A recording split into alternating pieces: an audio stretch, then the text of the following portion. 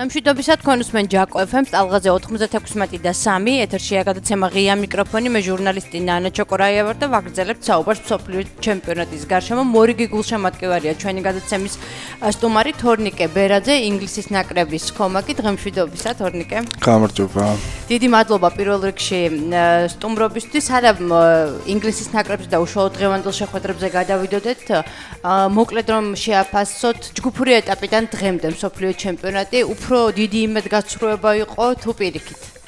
Ну, საერთო ჯამში თუ ავიღებთ, ეგრევე ვთქვათ, რომ ისეთ ნაკრებები გავარდა უკვე ადრეულ ეტაპზე, ალბათ უფრო მეც ველოდით ამ მსოფლიო ჩემპიონატიდან და ცოტა სუბიექტურად თუ გადავხედავ, ჩემი გადმოსახედიდან ყველაფერი კარგად მიდის ჯერჯერობით რა. ყველაზე დიდი მოულოდნელობა რომელი ნაკრების ასპარეზობა იყო თქვენთვის? რა თქმა უნდა, გერმანიის ნაკრების ყველაზე დიდი იმედგაცრუება იყო, ჯგუფში ჩარჩენას ალბათ არავინ არ ელოდა გერმანიის ნაკრების და მეორეს მხრივ თუ შევხედავთ, აი იაპონიის ნაკრებმა ძალიან კარგი საბერძნელება მოახდინა გუშინ. სამი მეოთხედ ფინალური წყვილი უკვე ვიცით დავიწყოთ პირველი წვლით ურუგვაი საფრანგეთი პრინციპში მერვეთ ფინალშიც ურუგვაი პორტუგალია სუპერ წვლი იყო და მეოთხედ ფინალშიც ისე გამოვიდა რომ ყველაზე გამორჩეული წვლი იქნება ურუგვაი რომელიც ძალიან დაბალანსებულ ძალიან პრაგმატულ და შედეგიან ფეხბურთს თამაშობს შეძლებს თუ არა საფრანგეთის ნაკრები თქვენი აზრით და მისი შეტევის ხაზი ურუგვაის ძალიან მყარი დაცვის გარღვევას Ну, მაგ შემთხვევაში ურუგვაი რა თქმა უნდა კარგ ფეხბურთს თამაშობს და მოლოდინსაც ასე თუ ისე ამართლებს, მით უმეტეს ჯგუფური ეტაპის შემდეგ, მაგრამ ფიქრობ რომ საფრანგეთის ნაკრები ამ ეტაპზე გაცილებით უფრო დაბალანსებული გუნდი არის ყველა გოლში და პოტენციალიც გაცილებით უფრო მეტი აქვს საფრანგეთის ნაკრებს. შესაბამისად, ამ წყვილში ფავორიტად, ну, რა თქმა უნდა საფრანგეთის ნაკრები მიმაჩნია, მაგრამ გასაკვირი არაფერი იქნება.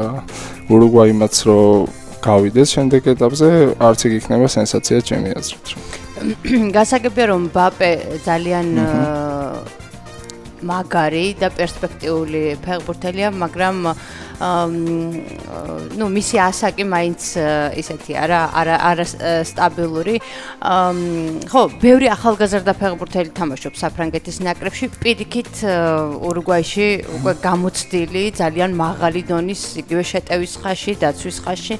აი ეს შეიძლება რომ ურუგვაელთა უპირატესობა გახდეს ამ დაპირისპირებაში. გამოცდილება რა თქმა უნდა ერთ-ერთი მნიშვნელოვანი ფაქტორია გამარჯვებისთვის მსოფლიო ჩემპიონატზე და ზოგადად ფეხბურთშიც, მაგრამ აი ეს ჟინი мотиваცია ახალგაზრდას გაცილებით რომ მეტი აქვს და ჩემი აზრით ამ ეტაპზე კლასშიც ეგრე რო ავიღოთ ურუგვაის ნაკრები დიდად ვერ აღემატება საფრანგეთის ნაკრებს და იგივე მბაპეზე რომ ვთქვათ კი მართალია პატარა ასაკით მაგრამ აი მის თამაშებს თუ ვადევნებთ თვალყურს შევხედათ რომ აი ძალიან ჩამოყალიბებული ფეხბურთელი არის ასაკის და შეუსაბამოდ ეგრე რო ვთქვათ რა გაცილებით უფრო დიდი ასაკის გამოცდილების მქონე ფეხბურთელის საბერძნელებას ტოვებს და ალბათ ყველა ველოდით ბაპესკან რომ ესეთი კარგი იქნებოდა მსოფლიო ჩემპიონატზეც მაგრამ ერთ-ერთი აღმოჩენაც შეიძლება უწოდოთ მბაპეს რა ძალიან სტაბილური და ძალიან მაგარია მართლა ურუგვაის ნაკრებმა მოახერხა ის რომ კრისტიანო რონალდო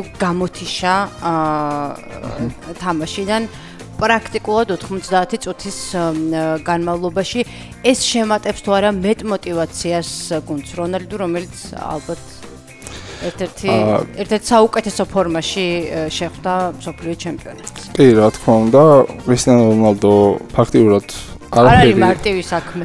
ხო, ფაქტიურად არაფერი ხიფათი არ შექმნილა მის მიერ წინა თამაშზე და ეს რა თქმა უნდა პლუსია ურუგვაის ნაკრებისთვის. მაგრამ აი როცა წინააღმდეგობაში მოდის უკვე საფრანგეთის ნაკრებთან, საფრანგეთის ნაკრები არ არის მხოლოდ ერთ ფეხბურთელზე დამოკიდებული გუნდი. აი პორტუგალიაში გაცილებით უფრო დიდია კრისტიანო რონალდოს წონა, ვიდრე საფრანგეთის ნაკრებში რომელიმე სხვა ფეხბურთელის და შესაბამისად გუნდური ფეხბურთის დაპირისპირება უფრო იქნება აქ, ვიდრე კონკრეტულად რომელიმე ფეხბურთელების და ცალკეული ინდივიდების დაპირისპირება. ამიტომ გუნდურ ფეხბურთში საფრანგეთი მე პირადად მომწონს ამ სოფლიოზეც და ზოგადადაც რა ვიცი ერთ-ერთი ალბათ ბელგიასთან ერთად ერთ-ერთი ყველაზე პროგრესირებადი ნაკრებია ბოლო წლების.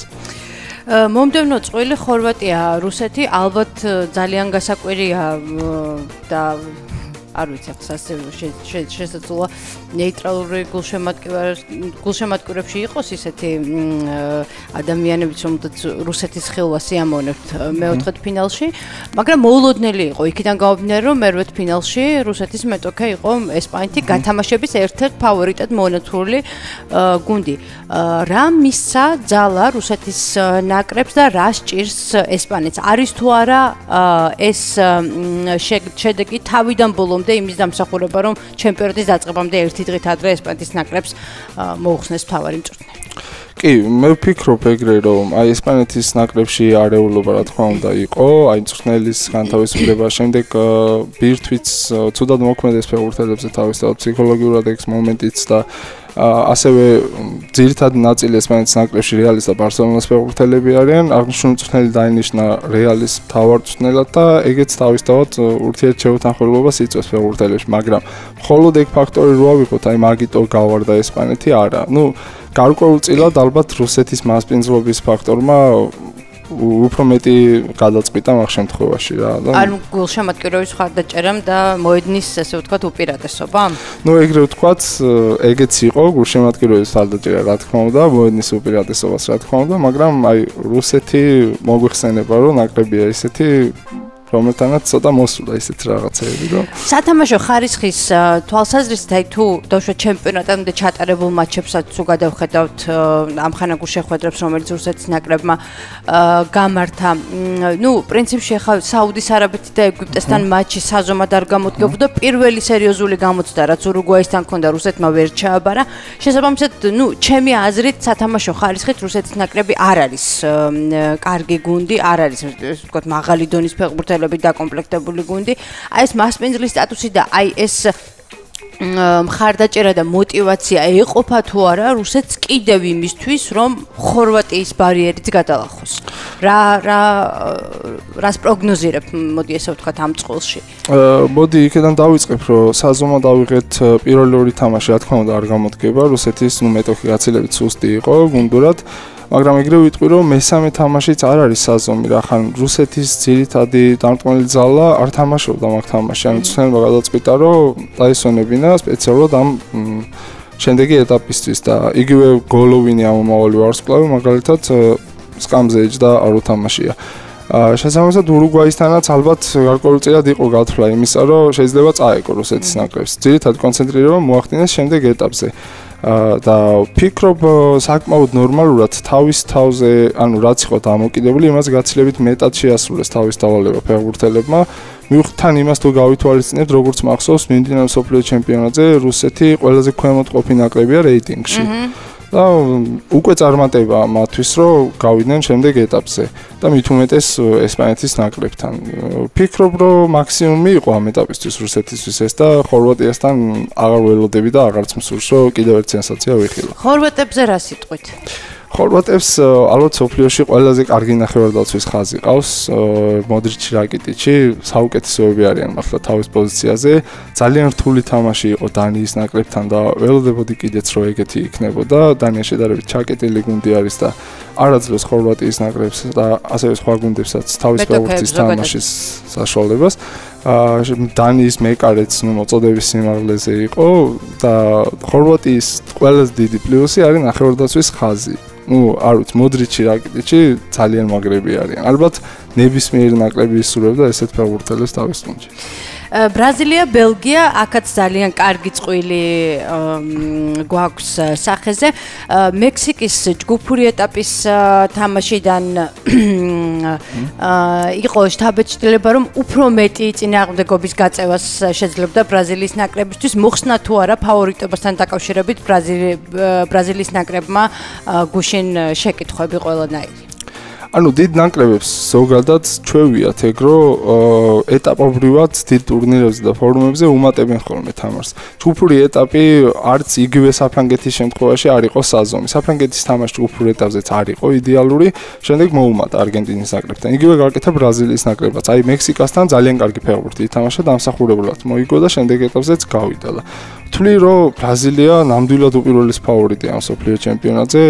მიუხედავად ჩემი განსხვავებული აზრისა, რეალურად ფიქრობ, რომ ბრაზილია მთავარი ფავორიტია ამ მსოფლიო ჩემპიონატის და აი ბელგიასთან თამაშს რაც შეეხება მაგ შემთხვევაში აი 50-50-ი დავდგებოდი, იმიტომ რომ ბელგია ძალიან კარგი გუნდი არის და ძალიან მომწონს. შემადგენლობით ხო, აი გუშინდელ შეხვედრაში იაპონიასთან მატჩი, ხო, მაინც ალბათ, მწვრთნელმაც კარგად გამოიცნო ცვლილებები და ალბათ გამართლებაც იყო, რომ ბოლო წუთზე დაკარგეს კონცენტრაცია, ბოლო წამებზე უпростоრედ იაპონელებმა არაფრით არ ჩამოვარდებოდა იაპონიის ნაკრები. არ ჯობდა კიდევ მომენტებში ბელგიის ნაკრებს. აი შემადგენლობა არის ძალიან კარგი, მაგრამ თითქოს რაღაცა კვლავ აი გუნდის პრობლემა დგას ამ ნაკრებში და ბრაზილიასთან ეს უკვე ფიქრობ რომ ძალიან დიდი მინუსი იქნება თუ კი ასე ითამაშა ბელგიის ნაკრებმა. თქვენ როგორ ფიქრობთ?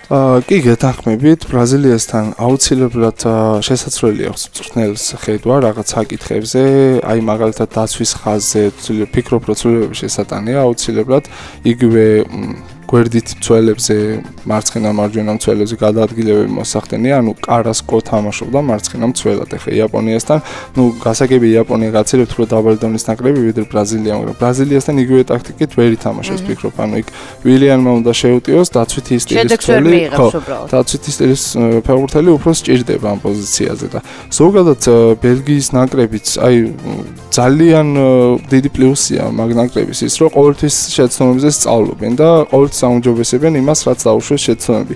იგივე იაპონიასთან თამაში, იაპონია რა თქმა უნდა ჯობდა პირველი ტაიმი და მეორე ტაიმის პირველი ნახევარიც უკეთესი იყო რა თქმა უნდა, მაგრამ აი ცნებმა დაინახა ის ადგილები, სადაც შეიძლებოდა გასულიყო.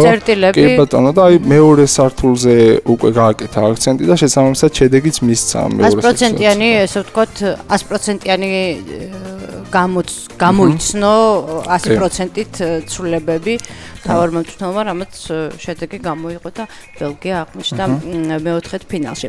გადავიდეთ დღევანდელ ბოლო მერვედფინალურ მატჩებზე. შვედეთ-შვეიცარით დავიწყოთ. მე მეჩვენებოდა რომ შვედები უფრო კარგად გამოიყურებიან ამ მსოფლიო ჩემპიონატზე. იქნება თუ არა ეს გადამწყვეტი ამ შეხვედრაში. საკმაოდ დიდი გამოცდილება აქვს ამ გუნდებს ურთიერთ შეხვედრებით და ცოტა უპირატესობა თუ არ ვცდები აქვს შვედებს. ესე იგი, მაგ შეხვედრაზე ვიტყვი, შვედეთი რა თქმა უნდა კარგად გამოიყურება და ზლატანის გარეშე მოლოდინსაც აჭარბებს კიდე. მაგრამ შვეიცარიაც ძალიან კარგი გუნდი არის თავის მხრივ. შვეიცარი არის გუნდი, რომელსაც ნახევრად სერბეთი. არის გუნდი, რომელსაც გამოკვეთილი ლიდერი ვარსკვლავი არ აქვს და წლებია არ ჰყოლია, მაგრამ ყოველთვის ახერხებს იმას, რომ რეიტინგში იყოს 10-ულში, მოწინავე ადგილებზე, პოზიციაზე, პლეი-ოფებში დიდ ფორუმებზე გასასვლელ ტურნირებზე, ჯგუფურ ეტაპზე ყოველთვის პირველ ადგილს იკავებს, მაქსიმუმ მეორე ადგილს, ქვემოთ მინიმუმ და ამ შემთხვევაში მგონია, რომ შვედეთთან ცოტა უპირატესობა აქვს შვეიცარიას, აი გუნდური თამაშის ხარჯზე. შვედეთი უფრო გუნდია, რომელიც უკნიდან თამაშობს და შვეიცარია შედარებით ჩემტევი გუნდი არის და აი შვედეთი რომ ხორვატიას შეხვედროდა, მაგ შემთხვევაში ალბათ ხორვატიას უფრო გაუჭირდებოდა მაგათთან თამაში, მაგრამ შვეიცარიასთან მგონია, რომ შვეიცარია შეძლოს დაძლევს შვედეთის ბარიერი. საინტერესო მოსაზრება. ინგლისი, კოლუმბია, ეს არის დღის და მერვედფინალის ალბათ ერთ-ერთი ცენტრალური დაპირისპირება. ძალიან საინტერესოა. ინგლისის საინტერესოდ გამოიყურება ინგლისის ნაკრები მიმდინარე ჩემპიონატზე. ეს არის იმ შემადგენლობის და იმ თაობის დამსახურება, რომელიც არის დღეს გუნდში, თუ ეს არის ხელწერა გარეთ საუთგეიტის, როგორ ვიკავთ? მაგ საკითხთან დაკავშირებით ჩემი შეხედულება მაქვს. ეგრე ვიტყვი, რომ გარეთ საუთგეიტმა გუნდის თამაში მთლიანად ააგო აი ტოტენჰემის სტილს მოარგო მთლიანად. ძირითადი ბირთვიც წყავს ტოტენჰემიდან. ეს სტილის ცვლილება, ანუ ბურთის კონტროლზე აკეთებს მეტ აქცენტს და უკეთესად მოქმედებს უკვე გუნდზე და უკეთესად აისახება, ვიდრე მაშინ, როცა ინგლისი სავსე იყო ვარსკვლავებით მართლა და შედეგი ფაქტიურად არც არაფერი. ეხლა რომ შანსი აქვს ინგლისს, მაშინ როცა არავინ არ ელოდება, ეხლა აქვს ყველაზე დიდი შანსი ჩემი აზრით, რომ რაღაც შედეგი დადოს და რაღაც მიაღწიოს. ეს უფრო კომფორტულ სიტუაციაში აყენებს მთავარ მწვრთნელს და გუნდს. რა თქმა უნდა. დავშვათ შეიძლება ისეთი დიდი მოთხოვნა არ იყოს, როდესაც ამ გუნდში თამაშობდნენ მართლაც არ ვიცი, ვარსკვლავის მთელი კასკადი თამაშობდა. რა თქმა უნდა, აი მე ფორუმებზეც ვნახულობ ხოლმე ხშირად და წნეხი გაცილებთ რომ ნაკლებია ხა ინგლისის ნაკრებზე რახან მოლოდინე იყო უფრო ნაკლები, ვიდრე მაშინ თავის დროზე, როცა მართლა ვარსკვლავები იყვნენ ყველა რგოლში და წვრთნელიან ფეხბურთელია. წვრთნელიან ფეხბურთელია რა თქმა უნდა. და ეხლა შედარებით, ანუ ინგლისის ნაკრებს, ინგლისი არის და ჟურნალისტები და ასე შემდეგ ფანები გაცილებით მეც მოითხოვენ ყოველთვის ვიდრე შესაძლებლობა არის, მაგრამ ამ ეტაპზე ვფიქრობ, რომ ინგლისს არ აქვს ის დასმული გეგმა, რომელზეც უნდა გავიდეს, მაგალითად აუცილებლად უნდა ითამაშოს ფინალი ან ასე შემდეგ რა. არ არის ეს თითოეული ეტაპი ინგლისის ნაკრების უკვე არის ბონუსი შემდეგი რა და ვფიქრობ, რომ წნეხის გარეშე თამაში უფრო მარტივი არის, ვიდრე როცა გარკვეულ ზეწოლას განიცდი ფანების ხარ ჟურნალისტებისგან და ასე შემდეგ. დღეს რას როგორ თამაშს ელოდებით? გარისკავს თუ არა საუთგეიტი პირველ ნომრად თამაშს? დღეს ველოდები, რომ ალბათ დაუთმობს უფრო კოლუმბიას ბურთს და მოედანს და წყობაშიც ველოდები ცვლილებებს, იმიტომ რომ ჯგუფური ეტაპი ფაქტიურად ერთი ამოსუნთქვით გაიარა, მესამე თამაშს თუ არ ჩავთვლით, რომელიც მეორე ადგილისთვის იყო თამაში რეალურად და ორივე გუნდი გადახალისებული შემადგენლობით იყო ძალიან. დღეს ველოდები ცვლილებებს. აი ძალიან მინდა რომ ნახევარდაცვის ცენტრში ვნახოთ აიერი, აუცილებლად ძალიან კარგი ჩამშლელი და ახალგაზრდა პერსპექტიული და ეშლი იანგს ალბათ მარცხენა მცველად უკვე აღარ ათამაშებს და ვფიქრობ, რომ დააყენებს ამ შემთხვევაში დენი როუზს, რომელიც უფრო დაცვით სტილის ფეხბურთელია, შეტევაში ძალიან კარგად გამოდის თამაში და საერთო ჯამში მგონია, რომ იქნება ძალიან კარგი თამაში, კოლუმბიაც ბევრს შეუტევს, მაგრამ შედეგის მომტანი უფრო ინგლისისთვის ველოდები, რომ იქნება და დღეს გამოჩნდება, ანუ არის ეს შეხვედრა, სადაც გამოჩნდება ინგლისის რეალური რესურსი და შესაძლებლობები. რა თქმა უნდა, ბელგიასთან ველოდით ყველა რომ იქნებოდა თამაში, სადაც აზომი იქნებოდა ინგლისის ნაკრები რას წარმოადგენს, მაგრამ შემადგენლობებიდან გამომდინარე ეს დასკვნა ვერ გაკეთდება. შესაბამისად ბელგიასთან ვერ გამოვიტანეთ დასკვნა და ეს კოლუმბიასთან ის ეტაპია უკვე ხო, როცა აუცილებელია, რომ ინგლისმა თავის მაქსიმუმი აჩვენოს. თან იმას თუ გავითვალისწინებთ, რომ ეს არის მის ბადეში ყველაზე ძლიერი მეტოქე სავარაუდოდ ჯერაც შეიძლება შეხვდეს. ამ ეტაპის შემდეგ გაცილებით რომ მარტივი კალენდარი აქვს, ეგრე რომ ვთქვათ და მაქსიმუმ უნდა ჩადონ ამ თამაში. რაც შესაძლებლობა აქვს, ალბათ მაქსიმუმ უნდა გამოავლინონ და იმედია კარგად გაართმევენ თავს. არ ვიცი როგორ არის დღევანდელი მონაცემები, სიმართლე გითხრათ, არ მინახავს, თუმცა წუხანდელი მონაცემით ხამეს როდრიგესი არ ჩანდა შემადგენლობაში და თუ ესე მოხდა ინგლისის ნაკრებისთვის ეს ძალიან კარგი ინფორმაცია და საშუალება იქნება დადებითი შედეგის მისაღწევად. ხო, რა თქმა უნდა და ჩემზე გასაკვირად ხამეს როდრიგეს არ ეძლევა იმდენი სათამაშო დრო ამ მსოფლიო ჩემპიონატზე, როგორც ველოდი რომ ლიდერია კოლუმბიის ნაკრების, მაგრამ წვრთნელის გადაწყვეტილებით აი პირველ თამაშიც არ ითამაშა განსაზღვრული წუთები. შესაძლოა მისი მდგომარეობა არ არის ფიზიკური ოპტიმალური. ხო, რომ ეს შეიძლება სამზარეულო, გარეთ მე არ წამიკითხავს ხავსი რაღაც, თქვათ რომ ტრამვის ან რაიმეს გამო, მაგრამ სავარაუდოდ ეგრეა, თორე ხამეს როდრიგესი როცა ყავს გუნდში და მაგრამ ის ნამდვილად არის საკვანძო ფეხბურთელი, მას ძალიან მნიშვნელოვან მომენტში შეუძლია მნიშვნელოვანი როლის შესრულება. მე ძალიან ველოდები დღევანდელ შეხვედრას, ვფიქრობ, რომ ესეთი როგორც შეეფერება ამ გუნდებს და მსოფლიო ჩემპიონატს ისეთი თამაში უნდა იყოს დღეს ორივე გუნდი შეტევაში და იმედი მაქვს, რომ ბევრ გატანილ გოლსაც ვნახავთ. მე წარმატებები მინდა გისურვოთ თქვენ, წარმატებები ინგლისის ნაკრებს. არ აქვს მე ყოველთვის ვამბობ, რომ არ აქვს მნიშვნელობა, რომელი კონკრეტული ნაკრების გულშემატკივარი ხარ, არ შეიძლება რომ პატივს არცემდე ინგლისის ნაკრებს და ზოგადად ინგლისურ კლუბებს. საფეხბურთო კლუბებს. ძალიან დიდი მადლობა სტუმრობისთვის. წარმატებები დღეს ღია მიკროფონი ამი დასრულებულია. ჩვენ ერთმანეთს შევხვდებით პარასკევს, ანუ მაშინ, როდესაც განახლდება უკვე მეოთხედ ფინალური ეტაპით მსოფლიო ჩემპიონატი. გიყვარდეთ ფეხბურთი, უყურეთ ფეხბურთს. ნახვამდის.